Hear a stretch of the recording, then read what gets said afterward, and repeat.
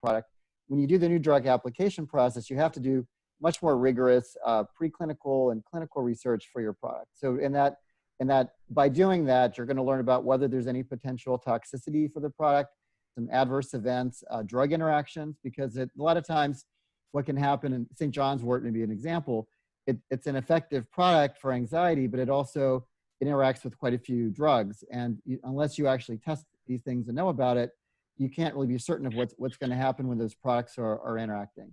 And so, and also because nutraceuticals tend to be, they're more complex. They're not simple synthetic chemicals that are out there. Just because there are things in it that might react, again, it's very important to do that testing. Now, that being said, it does put a lot more time and money on the part of the companies to do that kind of research. And from what I've seen, it tends to be very important then to have patent protection, putting on my other hat for being a patent attorney, to make it worthwhile to do that kind of research, to have a special formulation for your product, a special extraction method, or something that makes it difficult for your competitors to sort of do, to take the research that you've done and then turn it to their product day two. So there are a lot of advantages, but if you're able to do that, right, like you do your studies, you get your patent protection, you can protect your market, you find out that the benefits and risks for the product, and again, it can be very helpful down the road for its acceptance by the medical community and also for consumers. Thank you. And I think that will lead us into our next discussion, Len Moe from Trust Transparency Center, because Len has a lot of background in some of the analytical testing areas. So Len, let's get, if you wouldn't mind just giving a short bio and a little bit of information about you and your company. That's very good. Glad to do that. Thanks for the opportunity to be here. By way of background, I'm a chemist and biochemist by training.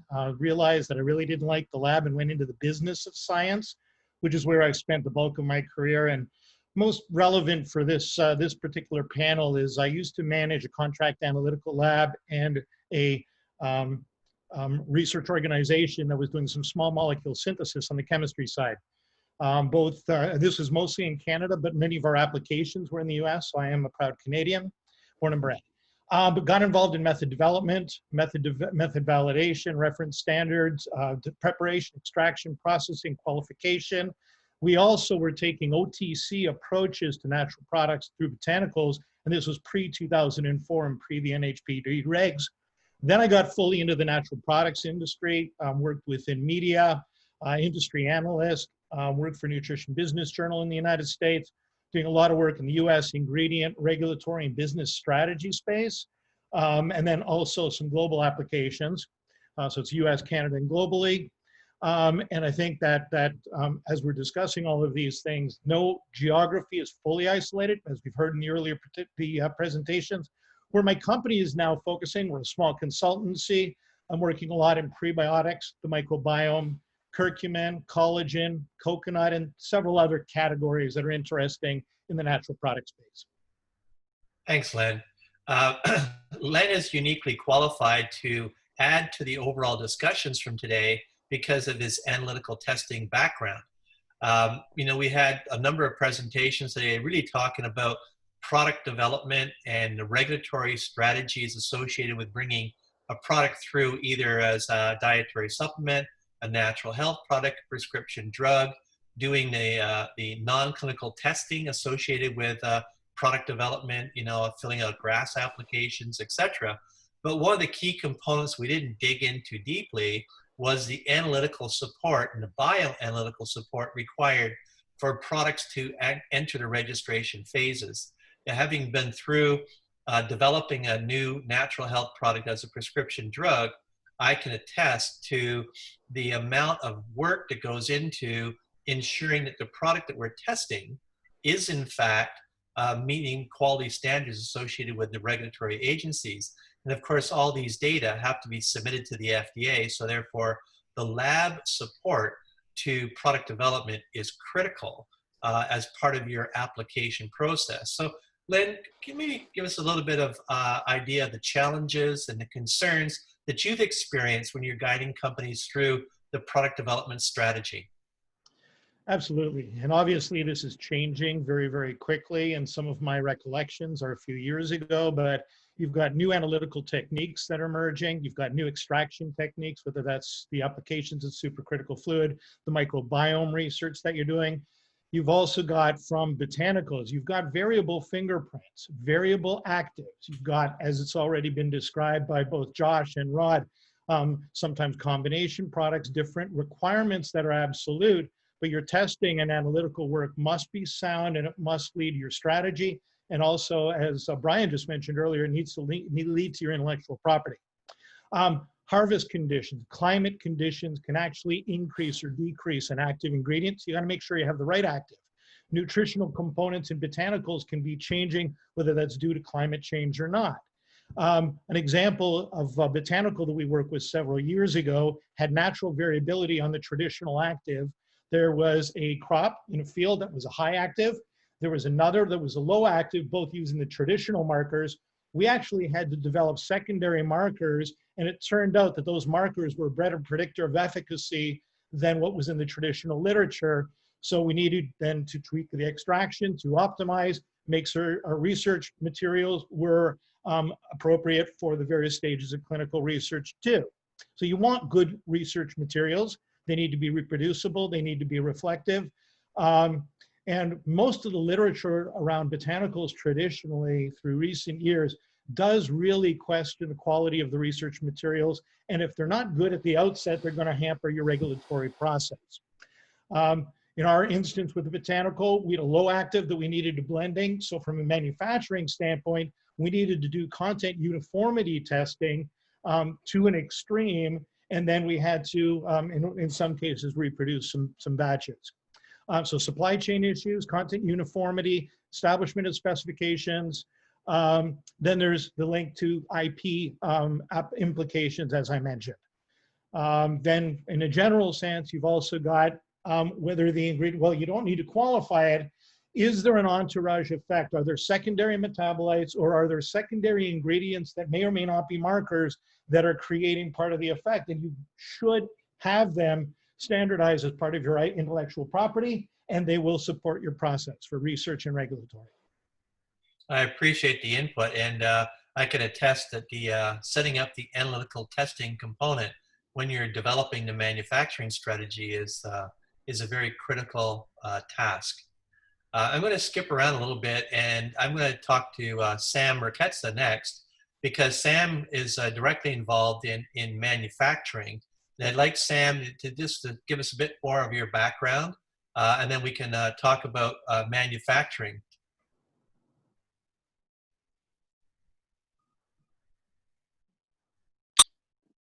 Sorry, Rod, my internet connection was skipping around a bit. Can you repeat that, please? Yeah, sure. I just saying that as a follow-up to Len's discussion on analytical support, I think it leads actually naturally into the manufacturing component of taking a natural product into prescription drug world.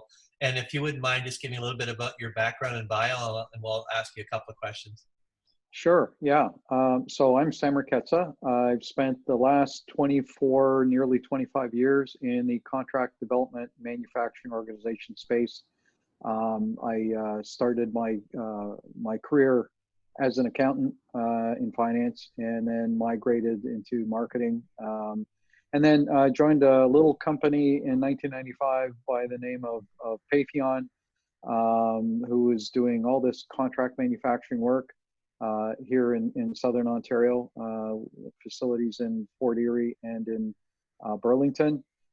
Did a lot of work in business development and marketing for them.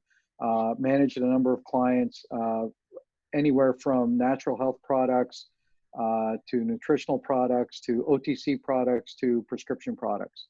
I've also worked in other companies, DPT Laboratories in San Antonio, Texas, AAI Pharma, where I led their sales and marketing group out of Wilmington, North Carolina.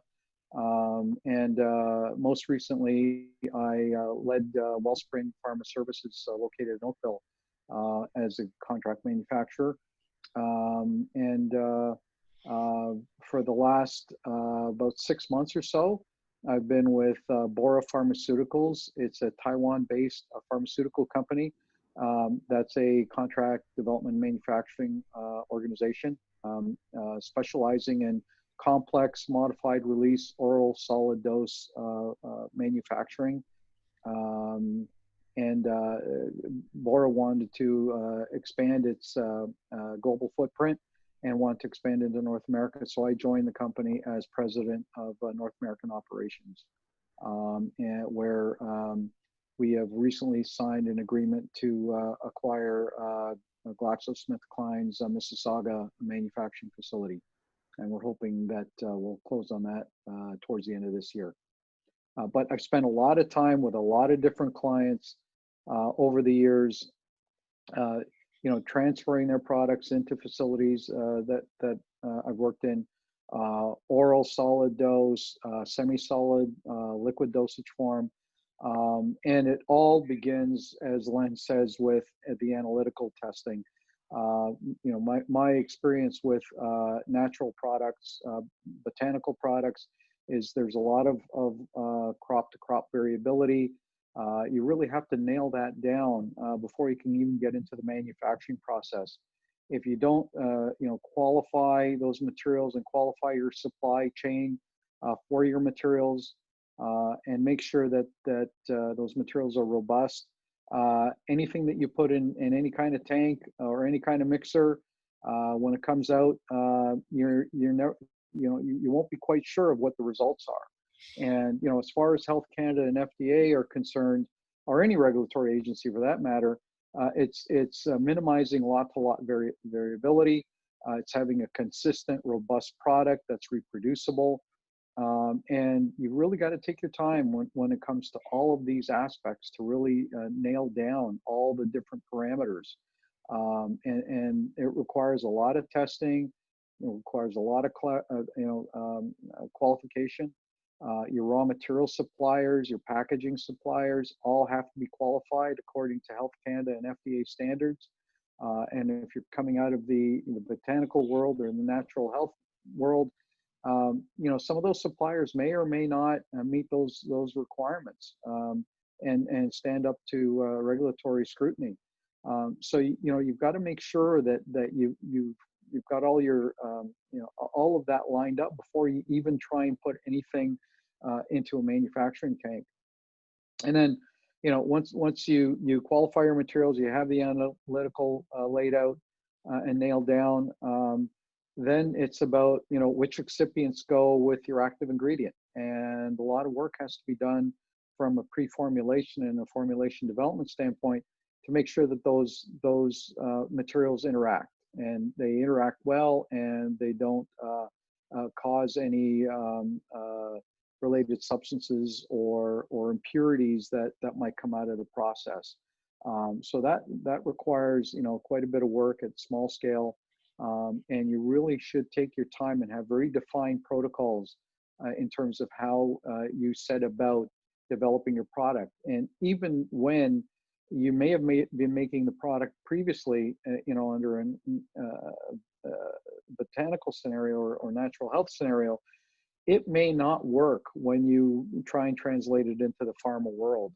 I've seen it often where you might go from same kind of mixing vessels to more pharmaceutical grade mixing vessels, or maybe slightly larger or slightly smaller, and it works in the previous world, and yet for some reason it doesn't work when you try and translate it into the pharma world. So it takes a lot of work. You have to have a lot of expertise around you, and a clear scientific plan as to how you're going to get to where you want to be from a manufacturing perspective. And then once you get that settled, you really have to do stability testing, and the standard testing requirements are at room temperature and accelerated stability levels, which is 40 degrees C.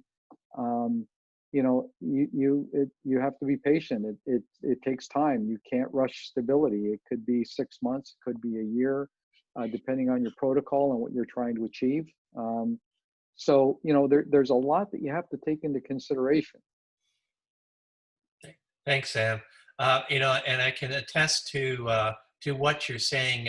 Having brought a natural health product from the dietary supplement world into the prescription drug world, and the product was on the marketplace for years. And everybody was happy with it. There was no issues associated with the dietary supplement product sold through GNC or wherever. But when we started moving it into the manufacturing world, all of a sudden, and I think you brought up a very interesting point, is one of the excipients that was used to help to keep the powder in suspension, in fact, was not drug quality approved product.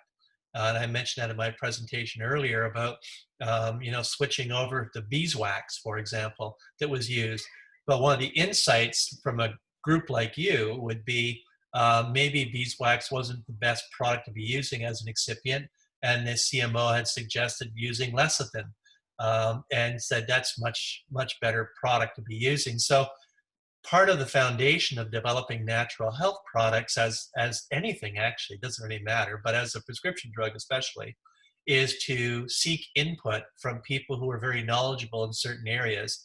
Manufacturing, analytical are key areas that it's a bit of a black box to people in clinical and regulatory, is these things happen, but they're not expert. They know what has to go in, but they're actually tactically doing the work is one of the challenges that we all have when we're developing a naturally based product.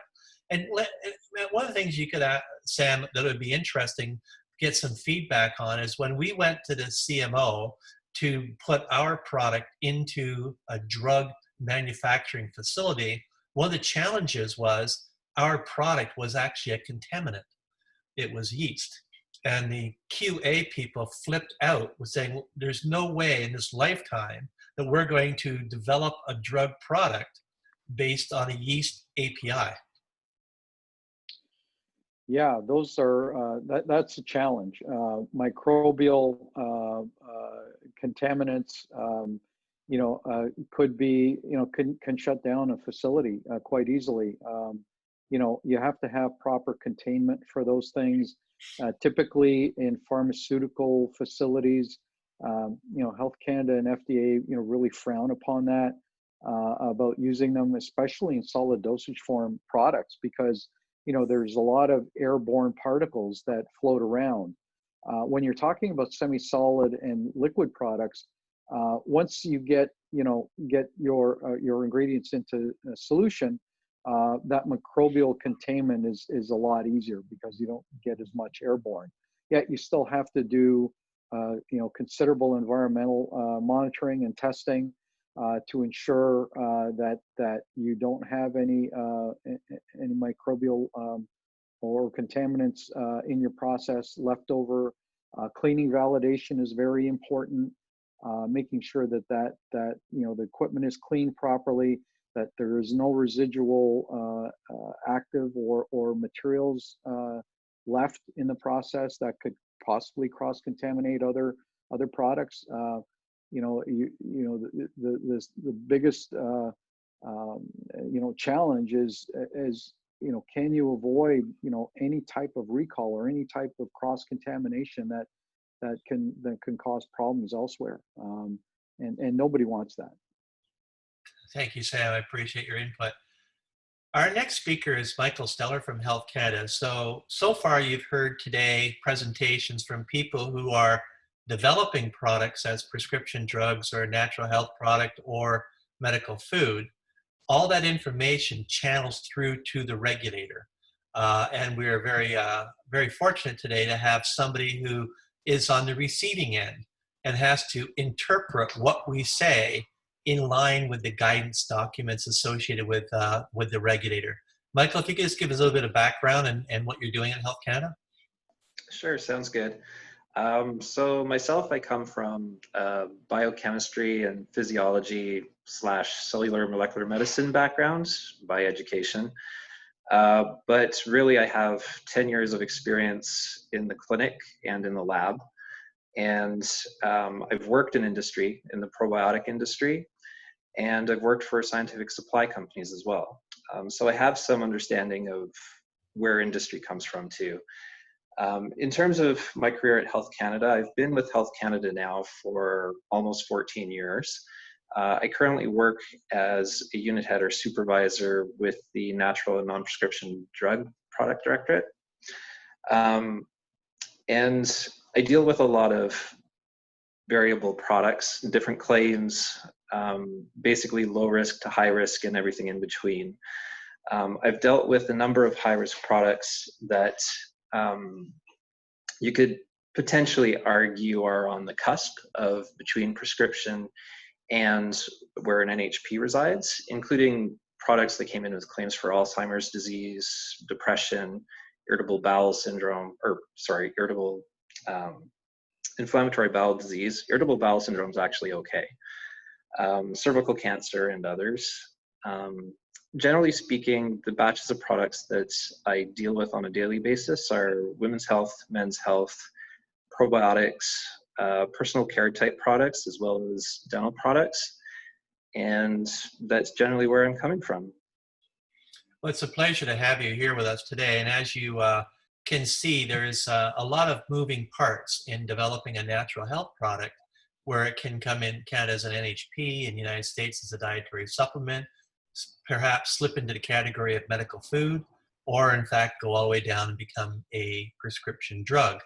Now, dealing while you're at Health Canada, of course, I'm assuming, in collaboration and communication with the Therapeutic Products Directorate. And so one of the questions that I would like to present to you is, how do you decide how far you can go on a claim for a product that's a naturally based product before it crosses the line that you say to your TPD colleagues, hey guys, what do you think here? I think this is not an NHP. I think this is a drug. Canada is very unique in that we have the ability to make claims on natural health products, where in the United States, you really can't make the claim on a dietary supplement. But that's a two-edged sword, because people like you have to say, where is the cut point? Can you have a little bit of discussion on that? Absolutely. Simply put, there are three things we really consider as major points. I would say the first one really is, okay, what's the claim language and what are we looking at? So if it's anything for treating a serious type disease or curing a serious type disease or anything of that ilk, generally speaking, you're going to be in a territory where you're not able to advertise to the public. That doesn't mean right off the mark that you're going to be a prescription drug. It could still mean you're an NHP. And the lines are a little bit fuzzy. I'll get to that. So the first real aspect of things you need to consider is that claim language. So if you soften up the language like helps to or can maintain, that type of thing can really bring a product more into the NHP realm of things. But we also have part of our regulation, it's Schedule A and Section 3 to the Food and Drug Act, which basically is our red flag list of conditions that we consider serious. So just so I don't get them wrong, I'm going to read a couple of them off to you just so you get an understanding of what this serious really is. It's a matter of anything that would result in, if you were to take the product and it's indicated for this, it could result in something that's debilitating or something that's life-threatening. So some of the ones that are included are alcoholism, acute anxiety state, including panic disorder, acute infectious respiratory syndromes, or things like SARS, and I think you could guess other ones too, appendicitis, cardiovascular diseases, asthma, cancer, seizures, Alzheimer's, dementia, depression.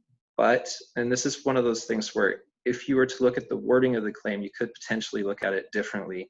If you were to word it such as helps maintain a positive mood balance, that's something that looks a lot more like an NHP than a drug. The catch is that you can't really advertise in any way related to depression.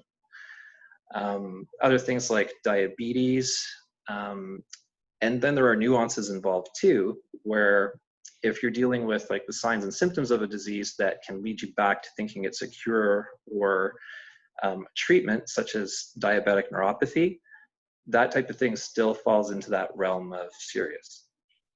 But a risk factor isn't like that. So like at cholesterol levels instead of cardiovascular disease, that type of thing would be okay.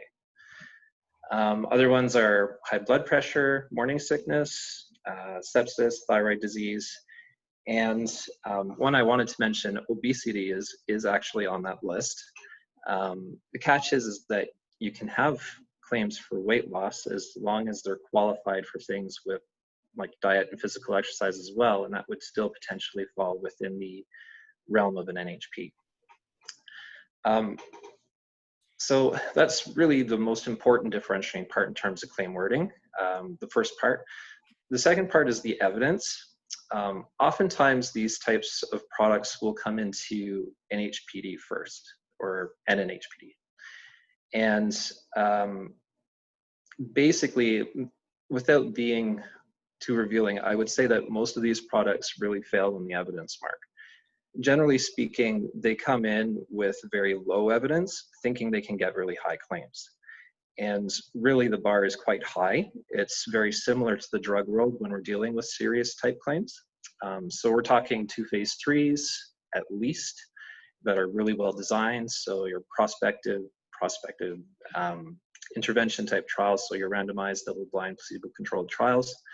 And really the important part is to mirror the product to what the study actually did. So your primary objective really should be your claim, your dosing should be in there, and all of your conditions of use should be laid out in things like the inclusion, exclusion criteria, and duration of use and whatnot. The third aspect of things that really changes the game in terms of what's a prescription and an NHP, and this is really where you get the crux of, well, if it's for the treatment of one of these serious diseases, what really differentiates between what's an NHP and a prescription drug are prescription drug principles that are written into the Food and Drug Regulations. So these principles, there's 3 of them. One of them is that supervision is needed, basically to diagnose, treat, mitigate, or monitor the disease or condition involved. Also, if there's a level of uncertainty respecting the drug in terms of if there's limited marketing experience. And the third one is really if it could cause harm to a person, an animal, or public health. So those are the main principles. There's a lot of factors that underlie those. I can go through them if people are interested, but there's a number, there's like 10. So those are the main things that really will differentiate where we're at. Simply put, if you're looking at treatment or cure of a serious disease, even if it's in an NHP, you're not really allowed to advertise it. It would really be more, you're looking at putting it through like a medical journal to get practitioners aware so they can recommend it in their practice. Whereas if you're hitting one of the prescription drug principles or factors, then it switches over to the prescription realm. If it's for prevention or risk reduction of any of the serious conditions, then you're still in the NHP realm, and yes, you can advertise those things. So really, the lines between where a prescription drug are and an NHP for these serious type diseases, they aren't necessarily gray, but they aren't necessarily very well defined either. There is room for interpretation and to really have that conversation in terms of where it's best situated in terms of how it should be regulated for public health. Thank you very much for that insight. And it's much like most of us who've been involved in drug development are aware of. The regulations are discussion points with the regulators, especially if it's a guidance document. But you know, again, our interpretation as a drug developer versus your interpretation as a regulator sometimes coincide and sometimes they don't. Absolutely. And oftentimes I think that boils down to the expectations involved too. There are, I would say, a lot of set practices that have been put down over the years based off of experience and what works best with public health that don't always coincide with a business plan. for sure. That's great. And I think the key point, and we'll bring out in the discussion on the next round, is communication is the key.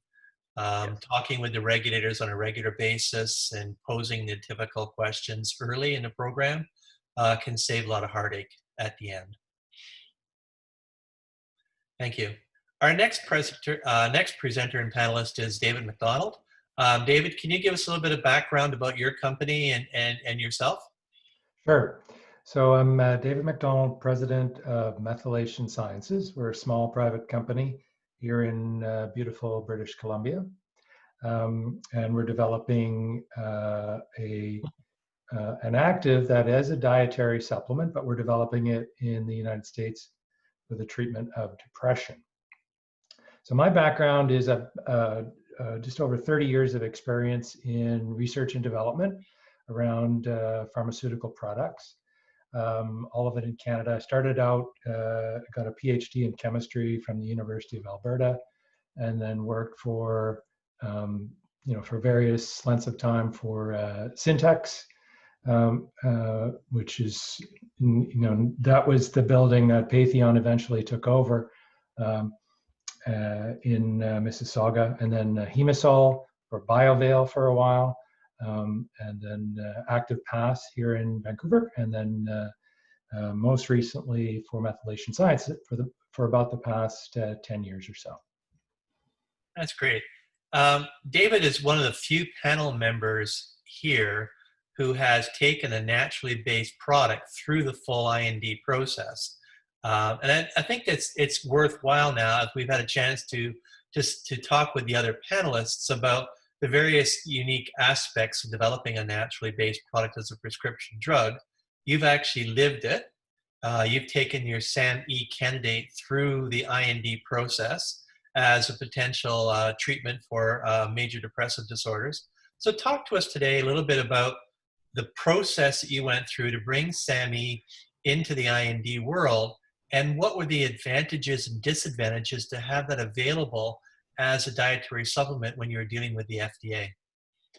Sure, yeah, happy to. And I was accountable for that IND process. I was chief technology officer at that point, but I take the opportunity to point out that I had a fantastic, very highly capable team behind me, working on all of the elements, all of the technical elements required in order to do something like this. So, we had a small team, but level 10 expertise with decades of experience, a couple of folks in clinical development, in CMC. We had an excellent non-clinical person. We had formulators. So, that really was essential for us. And it was essential too, it just gives me a chance to make the point to have people, trustworthy people that understood what they were doing, but that were also, supportive of the business, understood what we were trying to accomplish, to be able to, manage the myriad factors that you guys have so well covered in this seminar.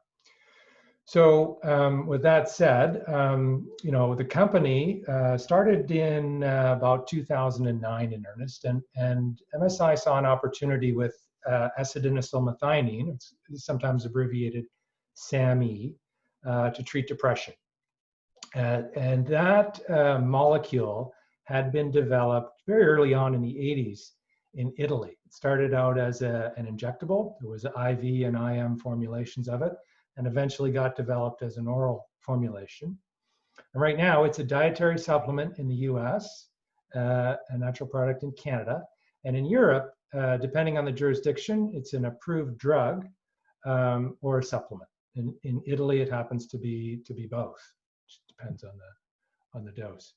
So Rod, you'd mentioned in your seminar that one of the barriers for development of natural compounds is the availability of intellectual property. And for us, when we were looking at SAM-E to develop, to treat depression, we saw that the bioavailability of oral SAM-E was extremely low. It's in the order of 2 to 3%. So our strategy was to develop a higher bioavailability formulation to improve the oral product and at the same time generating intellectual property and a barrier to entry. So our target market was depression in the pharmaceutical space in the US. So it's obviously the most attractive market for an antidepressant. And our development milestones, just in simple terms, were to invent the product and clinically test it. First in phase 1 for PK and safety, and then in phase 2, more safety, obviously, and then efficacy, and then look to partner that for subsequent clinical development. So we ran our first phase 1 trial in Canada to evaluate single-dose pharmacokinetics and safety. We developed a product and tested it in beagles in PK studies, and then we wanted to do proof of concept in healthy normals. And we considered a number of jurisdictions for phase 1, but chose Canada for that. And based on the active ingredient, SAMI, in 2013, when we approached Health Canada, the regulatory authority was at the time an NHPD. It was categorical based on the fact that SAMI was an approved natural health product in Canada. So the accountability for regulatory oversight was with NHPD. And we were a little bit nervous about that because I'd had a lot of experience with TPD, especially in BioVale running PK studies, and knew that area very well, but less so on NHPD. But we had excellent regulatory guidance, and Josh basically helped us navigate that, and it went very, very, very well. But to be clear, our intent was to use that phase 1 data collected in Canada under a CTA overseen by NHPD in our US phase 2 IND, obviously overseen by the FDA, and that went well. I wouldn't say it was any kind of a shortcut in any way. There were advantages in terms of cost, just because it was in Canada, but it was a very high quality phase 1 study run in a CRO in Montreal.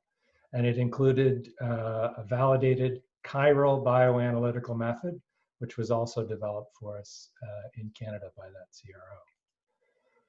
So in terms of advantages, just generally speaking, advantages of a supplement as a drug candidate, we felt confident as a company that safety was reasonable in our active ingredient. So a drug developer will never say something is categorically safe. That's not a prudent statement. But there was a lot of human exposure to SAMI.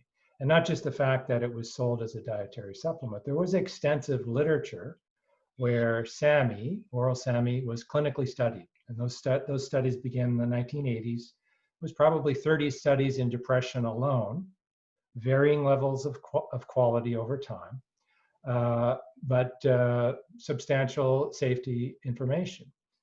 And there was also an interesting source of safety data that came from World Health Organization, who has maintains an adverse drug reaction database. And at the time it was called VigiBase, and now I think it's VigiAccess.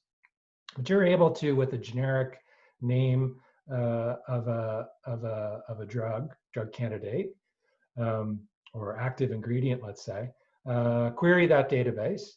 And there's a reporting system set up by WHO that categorizes adverse events that are reported from various sources.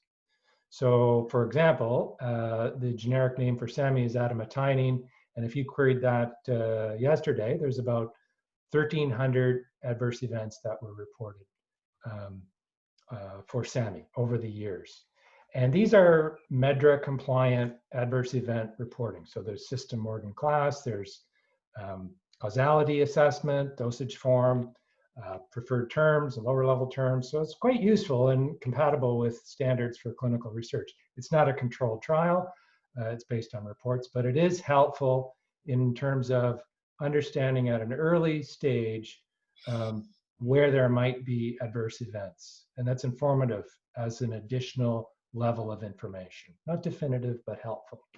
If you query that database for marijuana, there's about 4,000 adverse events reported, just for perspective. So 1,300 isn't too bad. Fluoxetine is about 75,000, and clozapine, which is an antipsychotic, has about 151,000, just for perspective. So that was a good resource for us, and we queried that database. There was a service provider that we contracted who helped us with that, and that that helped us early on. And then we did it again for various versions of our investigator brochure to add that information. So that's an advantage that you wouldn't normally have. Pretty significant advantage.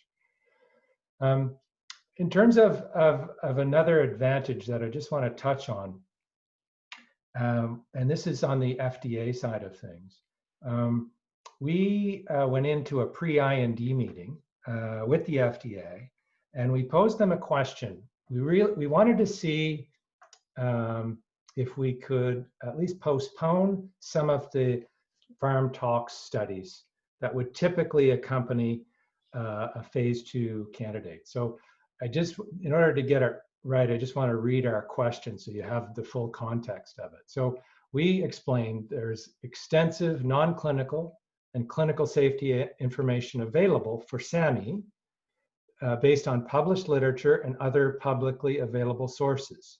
To support the IND, MSI intends to provide a summary of those. I'm skipping over a few words, as well as previous experience in patients to support the safety of the proposed clinical program. Does the FDA agree or have any comments?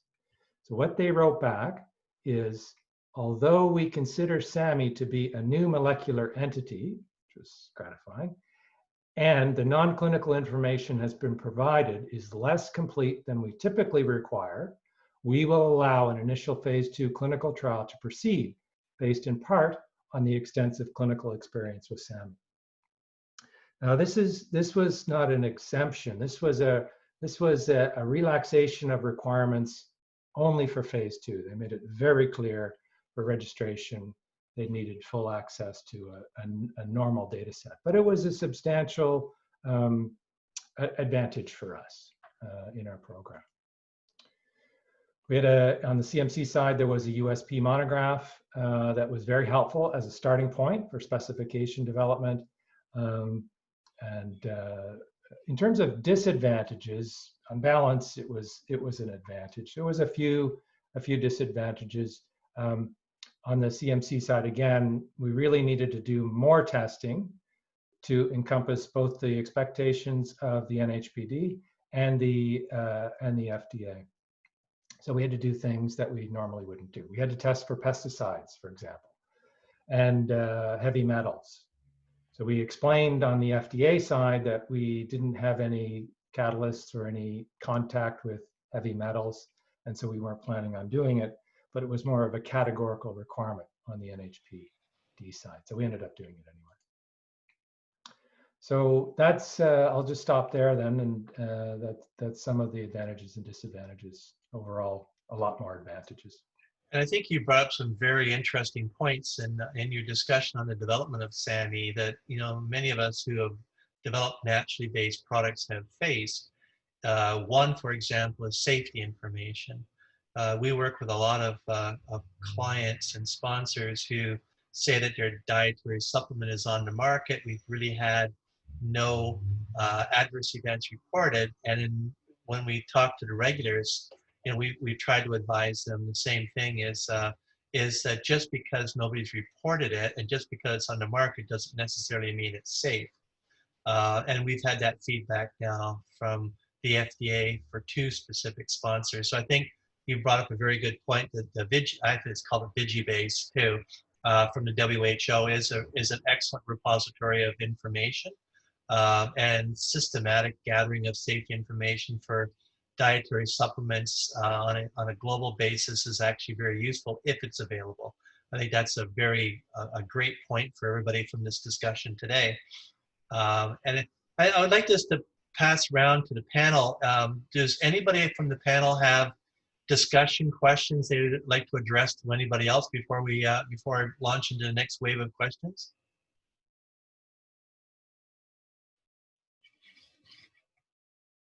Everybody's on mute now, so everybody can come off mute and see. I had a question, maybe for Len, in terms of he was describing the entourage effect and sort of how that's being analyzed.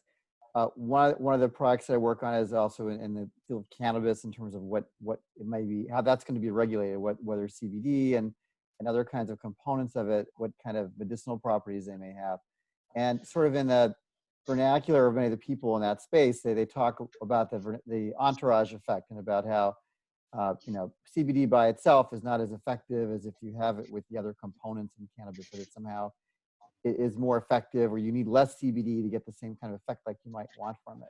And I wonder, how do you go about sort of testing that? Because I think that might be a very complex type of way of analyzing it. I'm just curious if maybe briefly, because I know we don't have a lot of time, but maybe just to get an idea about how you might go about thinking about that. Because in a botanicals, where there are other components and not just one thing, maybe the other elements have some sort of effect. And how do you go about demonstrating the necessity for having those other elements for that? I was curious. Yeah, I think it's a complicated process, and as you know, botanicals are really complex in identifying the markers, and there may be 9, 16, 25 components that are contributing some form of synergism to it. The requirements from a regulatory standpoint may not be quantification, qualification, identification of all the 25, but I think to get a fingerprint and to get enough that both distinguishes your extract or standardized material from an IP standpoint, intellectual property standpoint, but also so that you can tie it to its activity in the clinical environment that you want it to be, but also so that you can reproduce that from a production standpoint, and that it's sort of working on all of those parameters so that you have enough that's differentiated, enough that you show the synergies. If I'm going to do the program, I'm going to show the uptick if I have a little bit more of this particular compound within the spectrum. We see that in natural products chemistry between curcumin and curcuminoids, that curcumin and turmeric is the known primary marker, but there seems to be an entourage effect around curcuminoids, which are then standardized to the materials are standardized to curcumin plus curcuminoids. So it becomes a sum total. And that's the way natural products chemistry has traditionally done it. I see something like that eventually evolving for CBD and the cannabinoids. This is Rod. I can give you a little bit further feedback too. I was at a conference last year talking about synthetic, biosynthetic, and plant-derived extracts of CBD. And of course, that's a major issue. Is there's a group of people who are on the fence whether the entourage effect is critically important for CBD or it's not that important. And in fact, it was a University of Ottawa group who are working on a bioanalytic, biologically based, a bioassay to assess the entourage effect for cannabinoids, and looking at whether or not they're, what the role of the terpenes involved with CBD and other minor cannabinoids would be on the potential efficacy of the product in the cell line. So it's a very important point you brought up, because it's one of those things when we're dealing with naturally based products that it's not the same as a chemical with one active moiety. You've got a lot of potential actives involved in a natural product, and there could be synergies. And those are one of the issues that needs to be addressed through the regulators. And I'd like to lead that into a discussion with Michael about when you have, and I termed it a polymolecular entity, and you have multiple potential APIs, when you're dealing with a regulator, how far do you have to go? Like, what are you looking for as a regulator? Can you characterize one or two? They represent, say, 50% of the active. Do you need to characterize them all? What are you looking for when you see a product coming through your department? Are we talking about like botanicals type thing, or Yeah, just a botanical product. It's a naturally based, potentially prescription drug, potentially NHP, and you can't well characterize what the active medicinal ingredient would be, but you know that you can target one or two molecules of that as the major source of biological activity. But as we were talking, I mean, CBD is just one example because you've got all the minor cannabinoids and you have the terpenes, but other biological activities like the curcumin and curcuminoids are mentioned. The same thing. So as a regulator, what are you looking for? What information are you looking for from the sponsor? Simply put, you let the science speak. Depending on how it's studied and what your product is, that can really go a long way into dictating what we look at. So if we're looking at trying to standardize your preparation so that it's consistent, oftentimes there'll be marker compounds in a plant that we're okay looking at in terms of standardization to a certain compound to a certain amount, so you get a similar preparation throughout time. That type of standardization is fine, even if it's not an active. If they are actives, but there is that mishmash that goes with it from the botanical and we're not sure what it does, we want to see that in the study. We want to see that that was actually studied so that we can attribute whatever claim the product has right back to that evidence. So really, for us, like regulating the natural health product realm of things, the scientific aspect of things, it's really just matching the preparation with the evidence and making sure that whatever you're studying is basically what your product ends up as. So you can go and you can isolate out specific compounds. If you get them above like 80–90% purity, we could potentially look at that as a chemical entity. It depends on the scenario. You can have extracts, you can have standardized extracts, or you can just have the plant material. And frankly, all of it's fair game, provided that you've got evidence to back it up. That's for both safety and efficacy. Okay. Thank you. Any other panel members have any other questions you'd like to bring forward? I'd actually like to ask Dave something. You talked about the differentiator in your intellectual property being the bioavailability. Mm-hmm. The enhanced bioavailability, what complications did that leave, both from a safety and regulatory process, and how broad spread would you anticipate that is in taking these across that chasm? Yeah, it's a good question. Our formulation improvement led to about a threefold improvement in bioavailability. And it was driven by addition of an excipient. It was a grass excipient. But the bioavailability was a lot higher than anything that has been studied to date. So what we ended up doing is we ended up actually doing some non-clinical work just to address the active excipient. First of all, just as an aside, we did just some simple drug-drug interaction, some P450 profiling with that excipient to see if there were any issues. And there were some mild concerns with that led to some restrictions in our trial. But from a dose selection perspective, it was quite challenging because all the other studies that had been done on SAMI in depression orally had been studied at about 1,600 milligrams, which is a very high dose. It's one of the problems with such limited bioavailability. So what we ended up doing is we actually lowered our target dose closer to the equivalent dose for conventional SAMI. So normal studies would have been done at 1,600. We lowered our dose to 800 milligrams. And in the PK study, what we did is we did a crossover evaluation of 800 milligrams of our product compared to 1,600 milligrams of a commercial comparator. And from that PK, we were able to kind of justify the dose that we were planning to do. So, good question. Thank you. Any other questions from any other panel members? Go ahead. Oh, actually, I was going to ask you a question. So fair enough. Ask me a question. So I can ask you a question, and then you can pose a question. How does that sound? Fair enough. So a lot of the products that we're talking about can exist in my quantum entanglement world uh, as two things. They can be a dietary supplement and a prescription drug. And the impact of one has an impact on the other. So for example, we all know that you cannot go from a prescription drug status to a dietary supplement status, but you can go the other way. Dietary supplements can become prescription drugs. So therefore, one of the challenges we've always been talking with sponsors about is developing a strategy that allows you to have maximum utility of the product.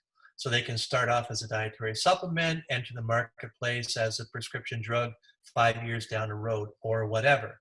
A component of that, of course, is whether or not you go through the whole GRAS NDIN process and then how to leverage that information.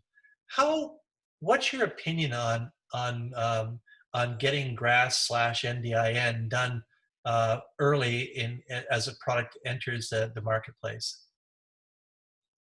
I would agree with you in thinking that it generally seems to be easier for me for companies to start with that, the GRAS NDI process, maybe more of the GRAS process if it's self-affirmed for products that are out there, because the drug review process is, as I think everyone has been describing today, much more involved, right? I mean, there's just so few botanicals that really go that way, because you have to characterize the product so well. You need to standardize the growing conditions, for example, for plants or whatnot, and then just that everything is standardized. You do all your preclinical, your clinical work. There's just so much more work you have to do down the line, and to justify that, you're going to have to be able to protect your product through intellectual property or other ways to prevent competition right away. Because much like a pharmaceutical product, that's why many things are left on the table. There are a lot of there's a whole bank, in fact, of old products that are unused that they had clinical activity, but they didn't work out for whatever, let's say, they were being tested for, but then that the companies dropped them because they're not commercially viable anymore because they couldn't get patent protection on the molecule, for example, right? So I think from what you're talking about in terms of a life cycle management, or how do you go about approaching it, I think it does make sense to start off as a botanical, see what the activity levels are, what you think is going to be your most advantageous route for going down the new drug route. And then when you're thinking about that, then start thinking about the other ways of protecting it through patent protection, and because it can be a long road to toe, to get to that level. And so that seems to me to be the better strategy, I guess, in terms of approaching it. Thank you. I do apologize for everybody because we've actually run out of time. This has been a great discussion. I think we can continue to discuss for quite a long period of time. We've got some interesting questions, and we never did cross the barrier into talking about cannabis. So this was all really about naturally based products, and we never got bogged down in the whole area of cannabis research and CBD. So thank you, everybody, for your great panel discussion. I think this has been a really valuable 1 hour discussion on the unique properties of bringing naturally based products into the marketplace, either as a dietary supplement, a medical food, or a prescription drug, and how these paths intertwine with each other. Just to let everybody know who's listening in, there's a form below the presentation to fill in for your questions. All our panel members and other speakers will be available to address those questions. We will get back to you within 48 hours, hopefully a little bit sooner if possible, but within 48 hours, we will get back to you all. The panel has been a great discussion. We've had some amazing input on some really important and key topics associated with product development. I want to thank everybody for their time and the efforts. And please keep safe, everybody, and hopefully we'll see you in the very near future. Thank you, everyone. Thank you. Thank you. Thanks, Rod. Okay, the live stream is done. Oh, but they left. Awesome. Okay, well, thank you so much, guys. I will follow up in an email. That was really awesome. With just if you guys get any additional questions, or if you guys have any questions for me, then feel free to shoot me an email as well. But otherwise, I hope you guys enjoy the rest of your week. Thanks very Thank much you. for the opportunity. Thank you. Yeah, of Be course. watching Thank for it. you. Hi, Take care. everybody. Perfect. Take care.